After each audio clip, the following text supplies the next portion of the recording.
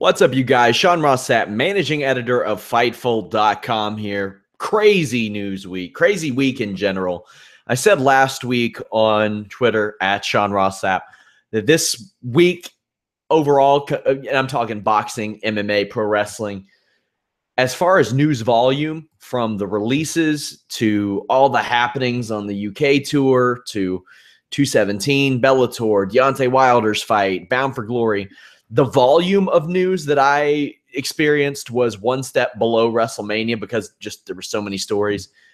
Over the last 24 hours with all the UFC 217 stuff, it got on par. I highly encourage you guys to check out that post-UFC 217 show, most momentous UFC show ever. Of course, we had Carlos Toro at the Barclays Center covering the Deontay Wilder fight. We do have that knockout video up on Fightful.com. Head to our boxing section. I don't care if you've never liked boxing before. Go watch the Deontay Wilder knockout on our boxing page. It is one of the most horrifying things I've ever seen. It's crazy. So, Bound for Glory tonight. I had high hopes for this show. Of course, guys, we had live coverage at Fightful.com. We have forums, photos, videos, podcasts, exclusives, and we have news updates on our YouTube now that go right into our articles at Fightful.com as well. Please subscribe, leave us a thumbs up, all that stuff, so I can stop plugging this on the show. Fightful.com is your place for all your wrestling, MMA, boxing news. If you don't like one or the other, you can always separate them. We have FightfulMMA.com, FightfulWrestling.com. Events, forums, all that good stuff. I want to hear from you guys in those forums. Oh, man, this show, guys. I wanted to like this show. I wanted this show to be great. I wanted this to be a good way to kick things off. Now, before I get the weirdos that get in here, these are all my opinions. These are my breakdowns. If you enjoyed this show, hey, more power to you. I'll shake your hand. I'll hug you. I'll tell you that I hope things get better, even better. This show sucked. This was not good, but we're going to talk about it. Kicked off with the X Division Championship. Trevor Lee defeated Desmond Xavier, Petey Williams, Sanjay Dutt, Garza Jr., and Matt Sydal to retain the X Division Championship. This was contested under Lucha rules, which means that there were two men legal in the match that would have to tag in. Petey Williams was super over, and they played off of it accordingly, as they should have. Garza Jr.'s arm looked like he was hanging on by a thread. Why was he working? That dragged down the match a little bit, too. Like, he wasn't even trying to hide it. He was messed up. He should not have been in there. You can't have this match with 5 guys. Why not? There ain't somebody backstage you can throw in here? I'm sure there is. Weak. Trevor Lee hit an awesome Orange Crush bomb on Sydal. That was really, really cool. There's a couple of cutesy spots, like Garza throwing a shirt on Trevor Lee, like a quintuple super kick, and then a really bad-looking suplex spot. It was just really, really bad. Desmond Xavier was really, really good. I think he was the highlight of this match outside of Petey Williams being so over with the crowd. Like Williams applied a sharpshooter. The crowd goes nuts, as you would expect in that situation.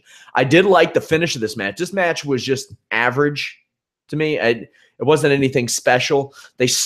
To have 6 guys in this match and to slow it down, it didn't make a lot of sense to me, but there were a lot of extended selling spots. Having 6 men in the match is a way to get out of having those types of spots because there's 6 people in the match. If you're going one-on-one, a lot of times in order to tell a story, that selling spot and that slowdown is almost necessary. In a 6-man match, that is not necessary. It's not. Unless you're telling some kind of special story, but based on what I saw in every other match on this show, I don't know what that story would have been. This show really, really displayed, like, they probably shouldn't have cut the agents that they cut.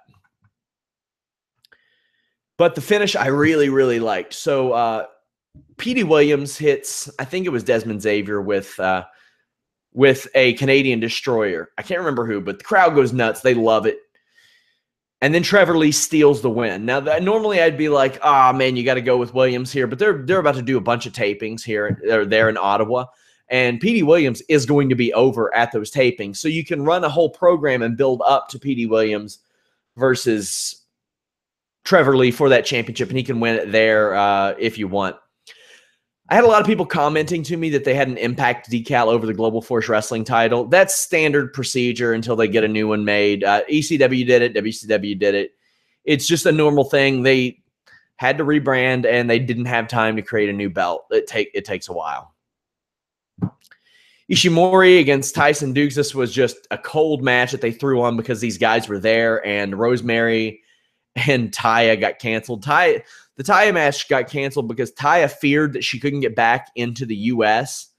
with her residency, so they had to pull it from the show. She wasn't going to risk going back to Canada and then trying to get back into the States. So Matthews references Dukes being in the Cruiserweight Classic. Laurel Van Ness comes out, and I'm a fan of Laurel Van Ness. I think that she is really good. She's great with social media. She's great at getting a little bit of buzz. She's devoted to her character.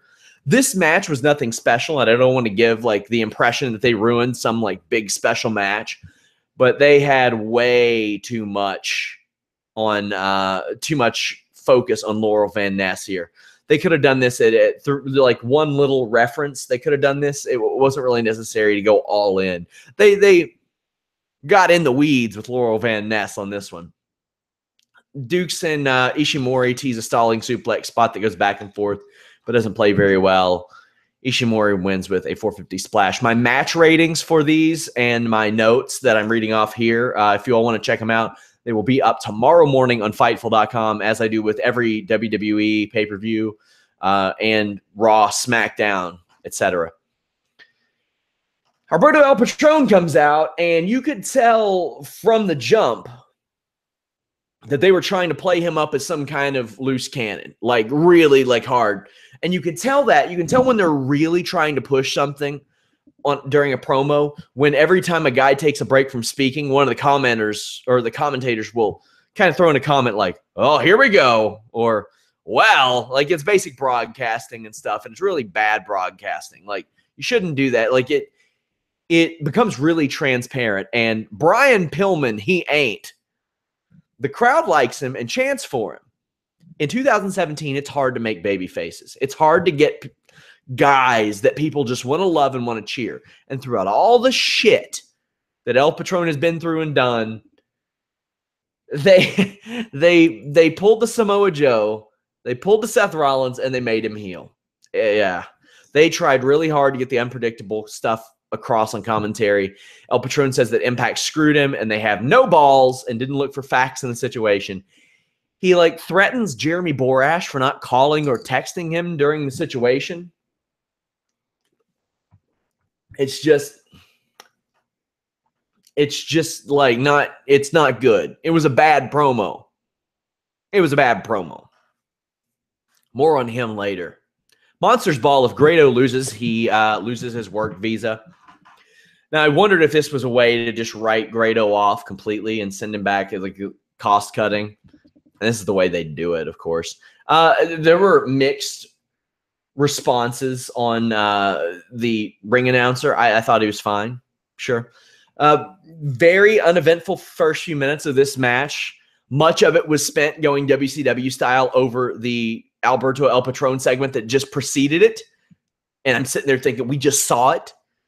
It's on a pay-per-view. People aren't just flipping on the channel. I mean, I'm sure plenty of people were watching by illegal stream, but I wasn't, and the audience you're catering towards wasn't. There were weapons everywhere. Cheese grater to the ball sack from Grado. I'm sure that didn't feel too hot. Tacks, trash cans, barbed wire boards everywhere. There's a really cool spot where Grado gets knocked off the top rope through a barbed wire board outside. He got kind of lucky and his ass took all the impact from the barbed wire. Laurel Van Ness shows up and hits Grado in the balls and scores an unprettier, a nice looking unprettier. I think that's Bit of an oxymoron, but there we go. The lights go out for quite a while. Rosemary shows up, saves Grado, but Abyss choke slams her through thumbtacks. Then the timekeeper screws up and rings the bell after a 2 count. You know, who needs employees? Who needs people that actually know what they're doing? Who needs professional referees when you can just get a bunch of local scrubs? Just a bunch of local scrubs to show up and do the job. I'm sure that'll work out just fine. Impact, I like the way you do business. Only I don't. Saddest black hole slam you'll ever see beats Grado. This was a cluster. Bad match. Bad match.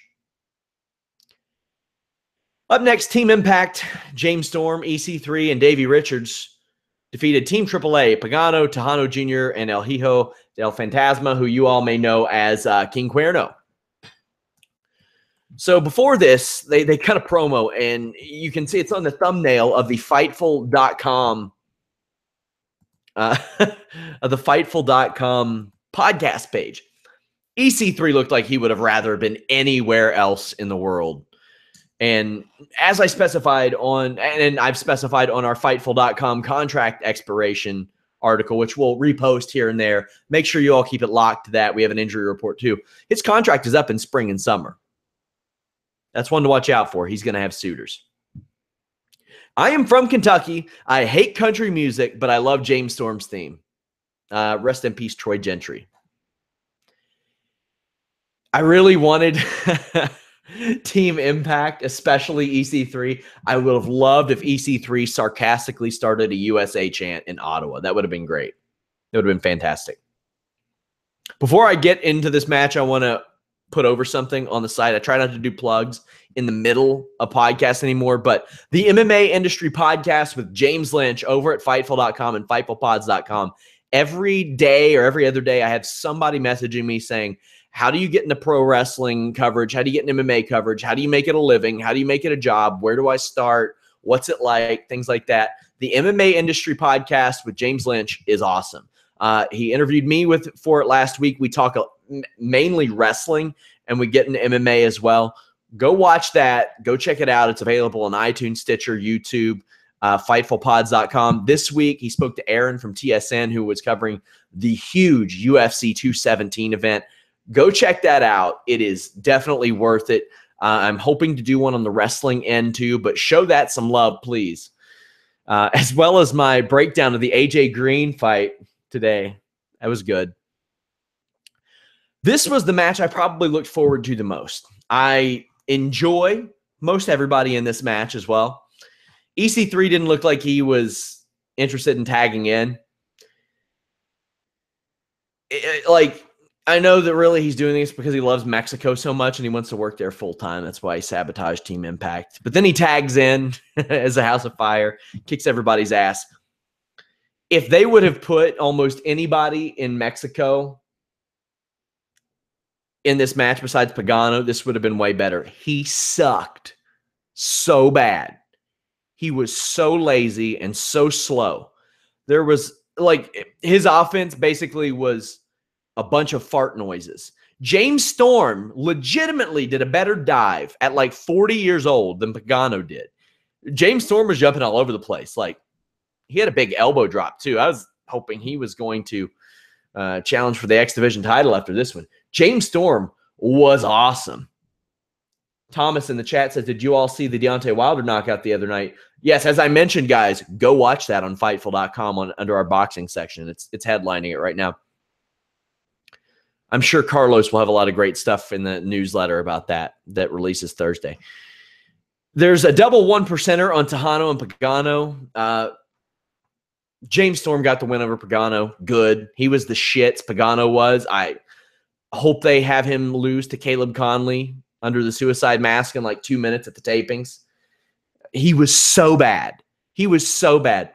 On my match ratings, basically, I start at a 5, and the match either slides down or up the scale. Nothing on this show made it over a 5.75 to me. And if the match got to a 6, it means I thought it was a decent match, a pretty good match. This was at a 5.75, and it probably could have got up to a 6.5, 6.5 if Pagano wasn't in it. He dragged down that match so much. And I felt really bad for everybody else in it because you have a lot of really good people in it. They announced later that Davey Richards is going to face Phantasma on Impact for the GHC Championship. That's going to be real good. Real good. Impact Tag Team Championships, 51-50 street fight. The OVE promos leading into this match were so bad. Like real bad. You could see Conan trying to squeeze blood from a stone for weeks leading up to this. We see someone, presumably Sami Callihan, has attacked somebody else who they insinuate is homicide. It wasn't. This is a brawl. There's a really cool running powerbomb off the stage through a table by one of the members of LAX. That was super cool. Jake Christ superplexed Ortiz onto a bunch of chairs. Only Christ was the only one who went through the chairs. And then Jake hits a guy in the head with a chair. We saw a lot of this on the show. What are you doing? It's 2017. Are you trying to make some kind of statement? Like, I know that Impact was really all high on the Make America Great Again lingo and the Trump references and stuff like that. And I don't want to make it political, but, you know, they do try to do that stuff where they're like, oh, we're not going to kowtow to anybody. No, this is just stupid. People get hurt and have their friggin' careers ended over this stuff.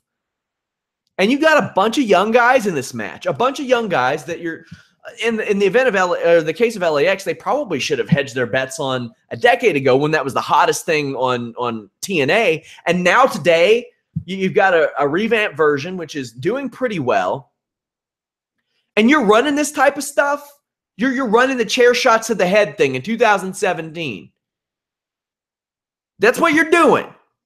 Stupid, moronic, ignorant. Dave Christ saves Jake to absolutely no pop after a powerbomb blockbuster, which was a beautiful move. Sami Callihan shows up again to no pop. Pile drives Ortiz through the table. OVE wins. No heat.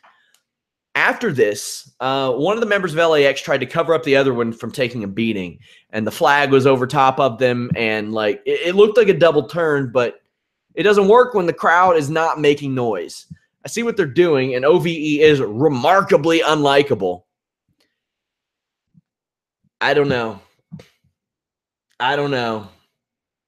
And a guy's saying, God, it was an effing street fight. Man, go to hell. You tell it ain't that hard to say within storyline hitting somebody over the head with a steel chair is a $5,000 fine regardless of situation. That's an easy way to get around it. Easy way to get around it. Get out of here with all that, oh, toughen up shit. Get out of here with that horse shit. This is 2017. People are getting CTE and having their fucking careers ruined. Not able to make money. Get the hell out of there. Knockouts Championship. Gail Kim defeated Sienna and Allie to become Impact Knockouts Champion. Respect to Gail Kim. I hope she gets her due. Like, she went through a lot of crap, man. Like, went through a lot of just straight turdy booking in her career, man. A lot of it. I don't get it with Sienna. When I see her work on TV, it's like she's working in indie. The strikes are slow. They're not exaggerated. Like, you can't, it's just bad. Not good. Not good. Everything seems like it's in slow motion. The reaction time is bad. This isn't good. I want it to be, but it's just sloppy and slow. Gail Kim wins with a super eat defeat. Unfortunately, this was not the type of match that Gail Kim deserved as she's going out on her career. It's not. And I know she's going to wrestle a couple of more times before she actually hangs it up. I know she's got a date in December, but man, not good. Not good. It should have just been Gail Kim and Allie, or Gail Kim and Laurel Van Ness, or Gail Kim and Rosemary, or I don't know, Sienna dragged down the match. Jimmy Jacobs shows up after the match, and I think that they thought this was going to cause a big buzz, but it didn't. All due respect to Jimmy Jacobs. He's a good worker. He's Very entertaining on the mic. I thought he had great presence on the microphone when he indicated to Jeremy Borash and Josh Matthews that he was working there and that they didn't know it. I thought that was really cool, or pretty cool. He commanded very well on the microphone. Man, add him to the commentary team or something.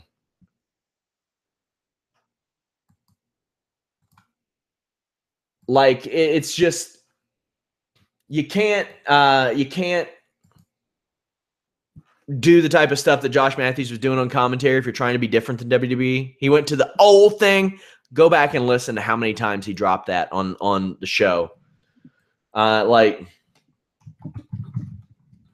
it was like obvious that he made a conscious effort to call moves as old. And you all know it's a big thing that I have a pet peeve with as it pertains to Tom Phillips. It's bad. It's not good broadcasting.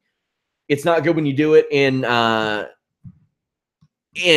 It's not good when you do it in pro wrestling. It's just not good at any time. Submit some questions on the chat, by the way, guys.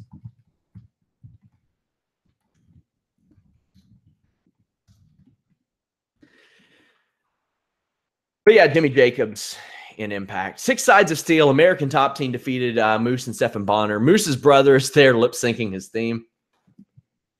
Impact playing up Colby Covington is smart. He has been, well, up until the last couple of days, the talk of the UFC, everybody calling him out. He got a lot of pub off of the Brazil promo he did where he called them filthy animals and there were accusations of racism and stuff like that. They played him up as a heel, and he's been all too excited to just like play up that heel role. And Impact recognized that pretty early, so kudos to them because the ATT guys have been very good. King Mo had a hell of a working punch in this match. Lashley turned Moose inside out with a clothesline. King Mo gets busted up. This is a guy who pulled out of an MMA fight a month ago, so that's questionable. Mo and Bonner worked MMA style out of the guard with double wrist locks and waist locks and like stuff like that. But here's the thing. If I like this style. I've worked this style before in matches that I've done with catch wrestlers and stuff. But I don't think the crowd could see it. It's hard. You got bodies laying everywhere. You have a cage in the way. You've got like difference in elevation. It was not – it would have been hard to see a couple of guys working for double wrist locks and working out of the guard from there. It just doesn't work. There were GSP chants at Bound for Glory. I thought that was kind of funny. ATT runs in, and then Impact cleans house. Moose knocked the living shit out of Colby Covington and hit that Hartnett guy with a go to hell off the top rope. That was really cool. Dan Lambert locked Moose out of the cage. Bonner has to go all Jean-Claude Van Damme on everybody, and it doesn't work. But Moose comes back in with a big cage dive that I thought was really cool. This was there. Lashley won. It happened. Gosh, it was one of the better matches on the show, but I wouldn't call it a good match or anything like that. But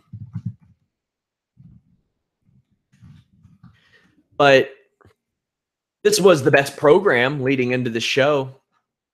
I loved it. I went back and rewatched everything that led up to it. But Lashley I think he should probably been the reigning world champion for over a year. He had a little bit of buzz about him there for a while.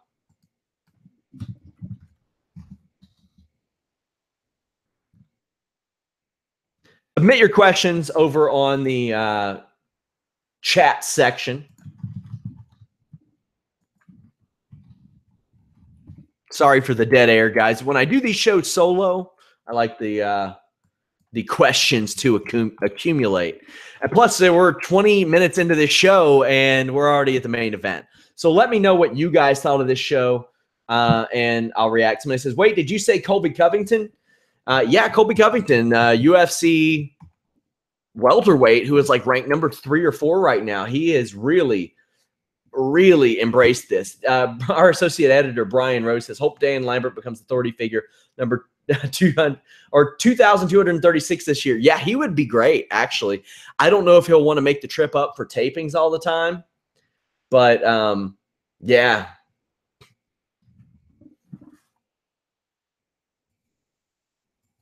I think that Dan Lambert would be solid in that role. But man, there's been so many of them.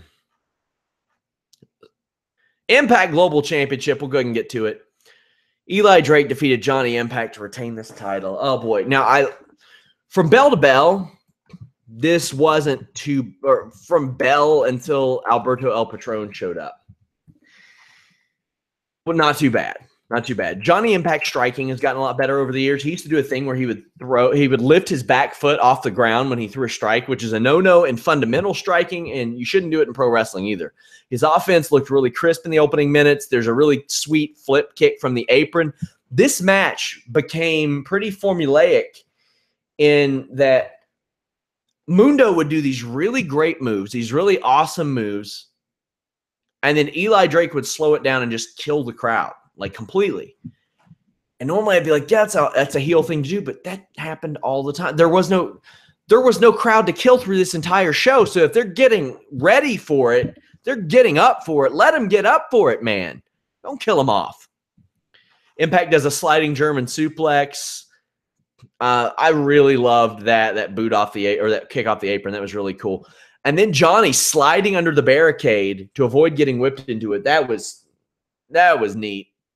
That was neat. I've never been like a huge fan of Impact's work. He does a reverse Finley roll that, man, he's going to hurt his neck one day doing that. Spanish Fly. Adonis throws Drake the title, but Adonis ends up getting hit with it when Johnny Impact takes it away.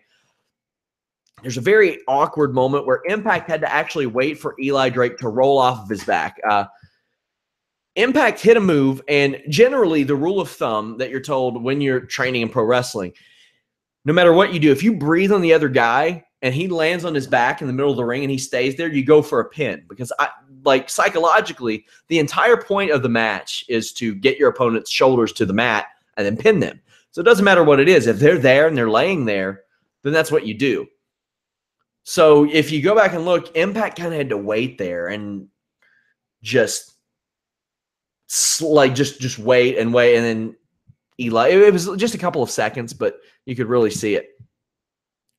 There's a Starship Pain, but Alberto El Patron pulls the ref out, and Earl Hebner would not have allowed that. He would have done the old hot tag on him like he did on DX back in 2000. Impact misses a really big, sick dive to the outside. I'm glad he was okay after that because that was gross. El Patron hits both guys, including Impact, with another chair shot to the head. Stupid. Drapes Drake over Impact for the win. That's it. That's how you end your biggest show of the year. And you wonder. You wonder why there's no optimism. You wonder why there's no buzz. You wonder why nobody cares. You wonder why nobody's making any noise in the crowd. You wonder. But nobody else wonders. I don't wonder. The person that's watching me right now doesn't wonder. Nobody. We don't wonder. We know. Anybody could have seen this was a bad idea. How didn't somebody stand up and say to this point, this is a bad idea to end our show on? Let's not do this. This is how you end an episode of Impact, not how you end the biggest show of the year. With a screw job finish where nobody gets over except for Del Rio, kinda. Did he need to be over when he came out and that crowd was chanting for him earlier in the night as a babyface? Did he need to be over? Can anybody get over there? Is that a thing that's possible anymore? This was a disheartening show, man. There have been like over 36 people that have left Impact this year. 36. Either just gone or come and gone.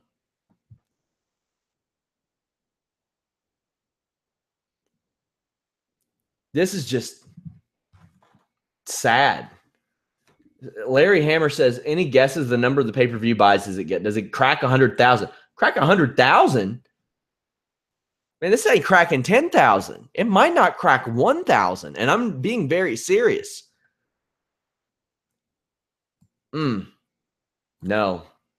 I have news updates on the Chris Jericho, Kenny Omega stuff on our YouTube and on Fightful.com. That's where you can go for that, guys.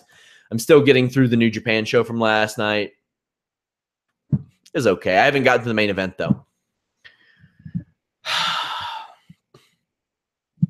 It's just, there were a lot of stupid things on this show, like Gail Kim winning the title and being like, all right, here we go. What's up next? And a video package.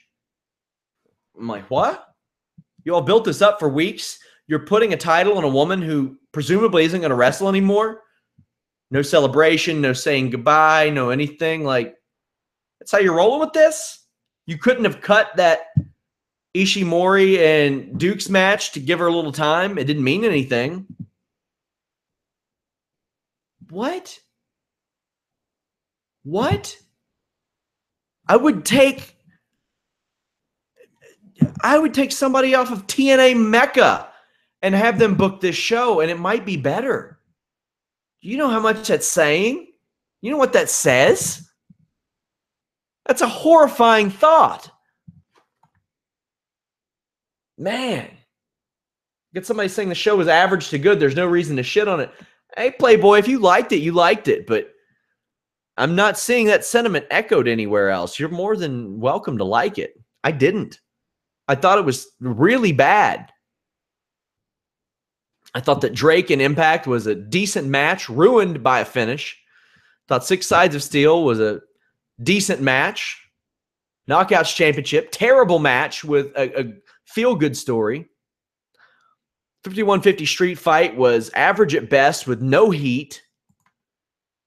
The Impact versus AAA match was maybe my favorite match on the show, but Pagano really dragged that down.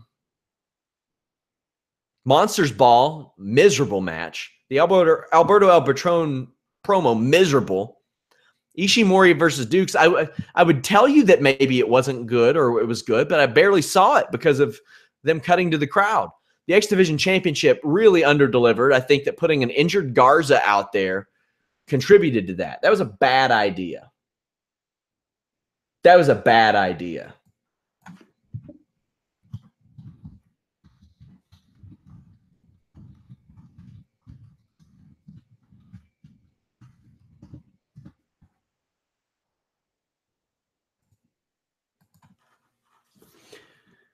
Somebody says Don West to replace Josh Matthews. I would love that. I always liked Don. Well, I didn't always like Don West. He was really, really bad early on. But by the end of his run, especially his heel stuff, that was pretty funny. But you could tell he was really excited about what was happening there. And I think that helped. Certainly, it certainly, I think, pep up the fans around him, because I mean, I'm sure he was so loud that the people around him while he was doing commentary could hear him do commentary.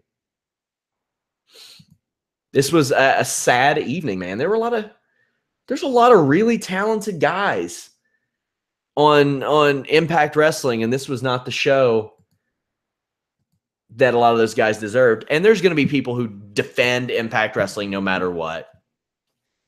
I don't get it, man. I just don't get it.